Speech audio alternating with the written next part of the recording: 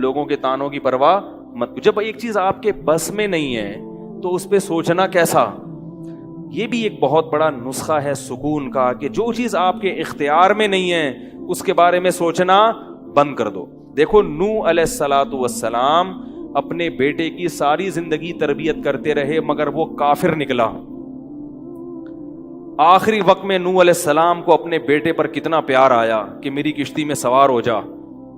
بیٹا کہتا ہے سآوی الی جبل یعصمنی من الماء, میں پہاڑ پہ چڑھ جاؤں گا جو مجھے پانی سے بچا لے گا. پیغمبر کو اپنی اولاد سے بہت محبت ہوتی ہے, بہت زیادہ ہے. جیسے یعقوب علیہ السلام کو تھی نا اپنے بیٹے سے. کتنا درد ہوگا اس وقت نوح علیہ السلام کے دل میں, کیسے تڑپ رہے ہوں گے. لیکن بیٹا باز نہ آیا. وحال بینہم الموج فکان من المغرقین, ایک موج آئی اور اس کو غرق کر دیا. نوح علیہ السلام نے اللہ سے دعا مانگی ان ابنی من اہلی, اے اللہ میرا بیٹا میرے اہل و عیال میں سے ہے, تو نے تو وعدہ کیا تھا تو میرے اہل و عیال کا خیال کرے گا. اللہ نے کیا فرمایا انہ لیس من اہلک, یہ تیرے اہل میں سے نہیں ہے, اس کا عمل ٹھیک نہیں ہے. فلا تسألنی ما لیس لک بہ علم, دوبارہ یہ سوال مجھ سے مت کرنا. اب یہ نہیں کہ نوح علیہ السلام بیٹھ گئے اور یہ کیا ہو گیا اور اب سوچیں یہ تو بڑھ گیا. بس نوح علیہ السلام نے فوراً استغفار کیا. اعوذ بک ان اسألک ما لیس لی بہ علم, اے اللہ میں تجھ سے پناہ مانگتا ہوں ایسی چیز کی, میں تجھ سے ایسا سوال کروں جس کی دلیل میرے پاس نہیں. بس بھول گئے. اب یہ تھوڑی کہ روتے رہیں بیٹھ کے, بھئی جو چیز بس میں نہیں ہے چھوڑ دو. تو ہم بہت ساری چیزوں کی ٹینشن لیتے ہیں جو ہمارے اختیار میں نہیں ہے. پیٹرول مہنگا ہو رہا ہے, بیٹھ کے خام میں پریشان ہے. بھائی تم سے پوچھ کے تھوڑی مہنگا ہوا ہے. غم کرنے سے اگر وہ سستا ہو جائے تو رو. میرے پاس تھی Kawasaki G T O, Kawasaki G T O 125. آپ کو پتا ہے کیا بائک تھی وہ, ہم نے بھی بڑے شوق پالے ہیں ایک زمانے میں. میں اس میں پیٹرول ٹھیک ٹھاک ڈلتا تھا. اب جب پیٹرول مہنگا ہوتا تو سب سے زیادہ متاثر میں ہوتا تھا اس سے. 50 والوں کو کچھ نہیں ہوتا تھا. تو میں ایک دفعہ پیٹرول پمپ گیا, میں نے پیٹرول ڈلوایا اس میں, تو اس نے کہا وہ 5 روپے پر لیٹر بڑھ گیا ہے.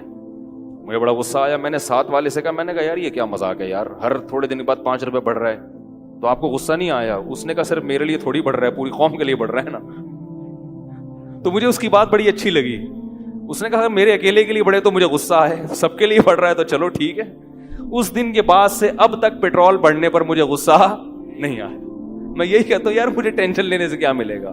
100 روپے لیٹر بڑھ جائے, زیادہ زیادہ یہ ہوگا, بہت زیادہ بڑھے گا تو گاڑی بیچ دو. بھائی نہیں ہمارے کنٹرول سے باہر ہو گئی ہے, گاڑی بیچ دو, دوبارہ آ جاؤ, ٹیکسی پہ آ جاؤ, پھر بھی ہے تو پھر رکشے پہ آ جاؤ, پھر چنچی پہ آ جاؤ, پھر پیدل ہو جاؤ. جو چیز اختیار میں نہیں ہے اس کی ٹینشن لینا حماقت ہے. بات آ رہی ہے سمجھ میں؟ اسی طرح یاد رکھو اولاد کی تربیت کا معاملہ ہے.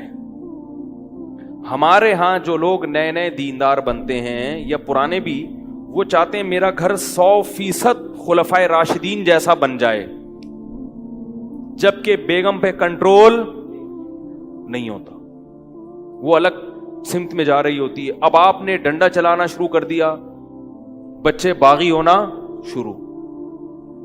وہ بجائے دین پہ آنے کے ابا کو مکھنچو سمجھنا شروع کر دیتے ہیں اور بغاوت پھیلتی ہے. تو بھائی آپ اعتدال سے تربیت کی کوشش کرو. ہو گئی ٹھیک ہے, نہیں ہوئی ہم سے نہیں سوال ہوگا, ہم جو کر سکتے تھے ہم نے کر لیا.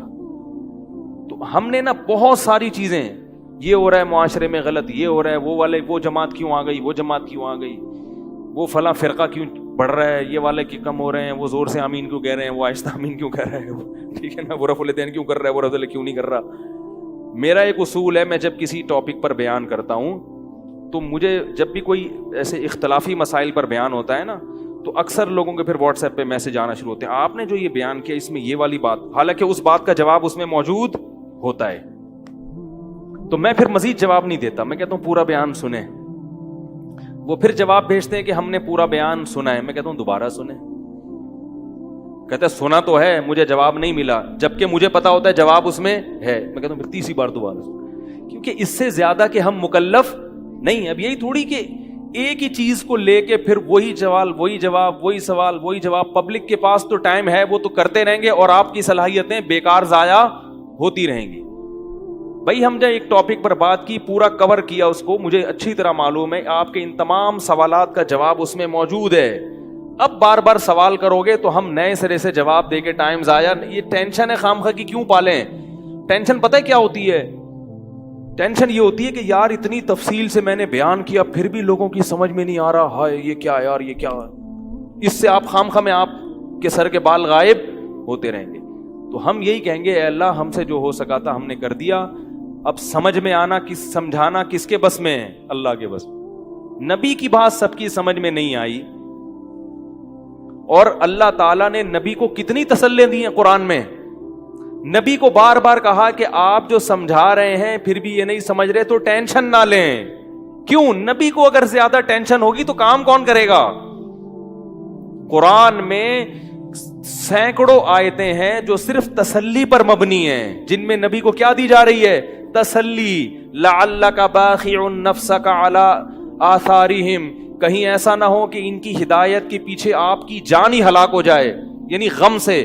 کیونکہ نبی صلی اللہ علیہ وسلم حیران ہوتے تھے کہ ان کو میں نے معجزے بھی دکھا دیے اور میں نے بتایا کہ یہ بت ہیں جن جو نہ سن سکتے ہیں, نہ دیکھ سکتے ہیں, نہ بول سکتے ہیں, ہر طرح سے سمجھا دیا. ٹھیک ہے, اور میری 40 سالہ زندگی بھی انہوں نے دیکھی کہ زندگی میں کبھی میں نے جھوٹ نہیں بولا, امین اور صادق مشہور ہوں. اور یہ پیغمبروں کا انتظار بھی کر رہے تھے کہ ایک نبی آنے والا ہے. سب چیزیں ہو گئیں پھر بھی نہیں مان رہے, تو ٹینشن تو ہوتی ہے نا. تو قرآن نبی کو کیا کہہ رہا ہے کہ مزید ٹینشن لیں؟ نہ قرآن ٹینشن کیا کر رہا ہے؟ کام. نہ ٹینشن نہ لیں, ٹینشن نہ لیں. ما انت علیہم بمسیطر, آپ ان پر نگہبان نہیں ہیں, داروغہ نہیں ہیں, گن پوائنٹ پہ نہیں لائیں گے آپ کسی کو, آپ سے سوال نہیں ہوگا. آپ بلغ ما ارسل الیک من ربک, آپ کا کام ہے پہنچانا. یہاں تک کہ اپنے سگے چچا ایمان نہیں لے کر آ رہے, جنہوں نے آپ کو پالا بچپن سے. چلو وہ تو دشمن تھے, وہ ایمان نہ لائیں تو انسان صبر کرتا ہے, یہ تو دشمن ہے. اپنے سگے چچا جنہوں نے بچپن میں پالا, کفالت کی آپ کی, 3 سال رسول اللہ صلی اللہ علیہ وسلم کا بائیکاٹ کیا ہے قریش نے, کھانا پینا بند کر دیا, شعب ابی طالب کی گھاٹی میں بند کر دیا بنی ہاشم کو, کہ ان کا 3 سال تک کوئی لنک نہیں ہوگا ان سے, تاکہ یہ رجوع کریں اپنے دین سے. ابو طالب بھی آپ صلی اللہ علیہ وسلم کے ساتھ اس گھاٹی میں بند ہوئے, ایمان نہیں لائے مگر اپنے بھتیجے کا ساتھ دیا. اتنے اچھے چچا لیکن ایمان نہیں لائے. کیسا نبی کا دل کڑتا ہوگا کہ نہیں ہوگا؟ موت کے وقت آ کے نبی نے کہا کہ ایک دفعہ کلمہ پڑھ لیں تاکہ قیامت کے دن آپ کی بخشش کر سکوں, سفارش کر سکوں, آپ کی اللہ سے بخشش کی دعا کر سکوں. کیسا دل مچلتا ہوگا نا. ابو طالب کو خیال آیا کلمہ پڑھنے کا. قریش کے جو سردار تھے انہوں نے ابو طالب کو دیکھنا شروع کر دیا کہ کلمہ, کتنا غصہ آیا ہوگا نبی کو ان سرداروں پہ کہ میرا چچا جس نے میری اتنی کفالت کی, مجھ سے اتنی محبت کی, آج وہ میرے سامنے جہنم کی آگ میں داخل ہو رہا ہے اور یہ کمبخت کھڑے ہوئے اس کو ورغلا رہے ہیں.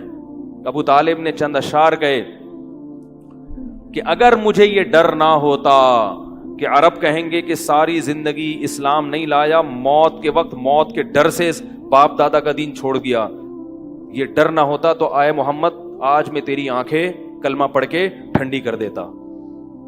لیکن اس کو انہوں نے غیرت کا مسئلہ بنا لیا کہ میں مروں گا تو سردار کہیں گے کہ یہ ایک زبان والا نہیں ہے. زبان تبدیل کر لی انہوں نے, کرنا تھا تو پہلے ہی مان لاتا نا, اب کیوں. اور وَلَقَدْ عَلِمْتُ بِأَنَّ دِينَ مُحَمَّدٍ مِّن خَيْرِ أَدْيَانِ الْبَرِيَّةِ كُلِّهَا, مجھے یقین ہے کہ محمد جو میرا بھتیجا دین لے کر آیا ہے تمام دنیا کے دینوں میں سب سے افضل ہے. لولا الحذار لولا الملامت او حذار مسبت, اگر ملامت کا خوف یا لوگوں کے برے بھلے کہنے کا خوف نہ ہوتا تو آج میں اپنے بھتیجے کی آنکھیں ٹھنڈی کر دیتا.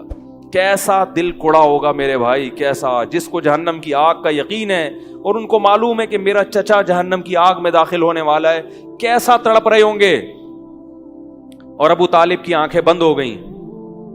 نبی صلی اللہ علیہ وسلم اتنے غمزدہ ہوئے. اللہ نے پھر کیا دی؟ تسلی کی آیتیں کہ ٹینشن نہ لو. یہ میں آپ کو کیوں واقعات سنا رہا ہوں کہ جب اتنے بڑے بڑے غم کے واقعات میں اللہ ٹینشن لینے کو پسند نہیں کر رہے, تو ہماری چھوٹی چھوٹی, اس کی پکوڑے کی دکان چل گئی, میری دکان بند ہو گئی, اس کو سواری مل گئی ہے بھائی رکشے میں, مجھے سواری نہیں ملی, ان چیزوں میں ٹینشن لینے کا کیا مطلب؟ بہت مشکل ہے یار, کیا کریں یار. ہماری ٹینشن یہی ہوتی ہے نا یار, سیٹنگ وہاں چل رہی تھی, ابا نے رشتہ وہاں طے کر دیا. یہ کوئی ٹینشن کی چیز ہے؟ ٹینشن تو وہ ہے جو نبی کو ہوئی تھی. یہی ٹینشن ہے آج کل. تو نبی کو کس قدر غم ہوا ہوگا. غیرت بھی ہے نبی میں, حیا بھی ہے, محبت بھی ہے, لیکن اللہ کیا کہہ رہے ہیں؟ ٹینشن نہ لیں. کیوں؟ وہی اصول جو میں نے آپ کو بیان کیا کہ جو چیز اختیار میں نہیں ہے اس پر ٹینشن نہیں لینی چاہیے. انک لا تہدی, یہ آیتیں نازل ہوئیں, من احببتا ولکن اللہ یہدی من یشاء. اے محمد, جس سے آپ محبت کرتے ہیں اس کو ہدایت دینے کے مالک نہیں ہے. محبت الگ چیز ہے, ہدایت ہمارے ہاتھ میں ہے, آپ کے ہاتھ میں نہیں ہے. اب اگر نبی اسی غم کو لے کے بیٹھے رہتے تو کہاں سے دعوت اور تبلیغ کا کام ہوتا؟ آپ صلی اللہ علیہ وسلم سے حضرت عائشہ نے پوچھا کہ ابو طالب جو اتنی خدمت کرتا تھا, آپ کی کرتے تھے, اور اتنا کچھ انہوں نے کیا, کیا یہ نیکیاں قیامت کے دن کام آئیں گی؟ آپ نے فرمایا ہاں. کتنا کام آئیں گی کہ جہنم کے نچلے طبقے سے اللہ اٹھا کے اوپر والے طبقے میں لے آئے گا, اور پاؤں میں صرف آگ ہوگی مگر اس سے دماغ ایسے کھولے گا جیسے ہانڈی. ابو طالب پورے جہنم کی آگ میں نہیں ہوں گے, صرف ان کے پاؤں جہنم کی آگ میں ہیں. اس سے پتہ چلتا ہے کافر کی نیکیاں کام تو آتی ہیں مگر عذاب کم کرنے میں, عذاب ختم کرنے میں نہیں. بھی ہم دیکھتے ہیں کہ دنیا میں بہت کچھ غلط ہو رہا ہے, دلائل کے انبار لگا دو پھر بھی لوگ نہیں مانتے, اور فرقواریت, ایک دوسرے پہ تان و تشنی, گھریلو حالات میں گڑبڑ. تو اس میں اگر آپ ٹینشن لینا شروع کر دو گے تو پھر سوائے ڈپریشن کی گولیوں کی ایک نئی ٹینشن لگ جائے گی. جس دن گولی نہیں کھائی اس دن عجیب سا ہو گیا.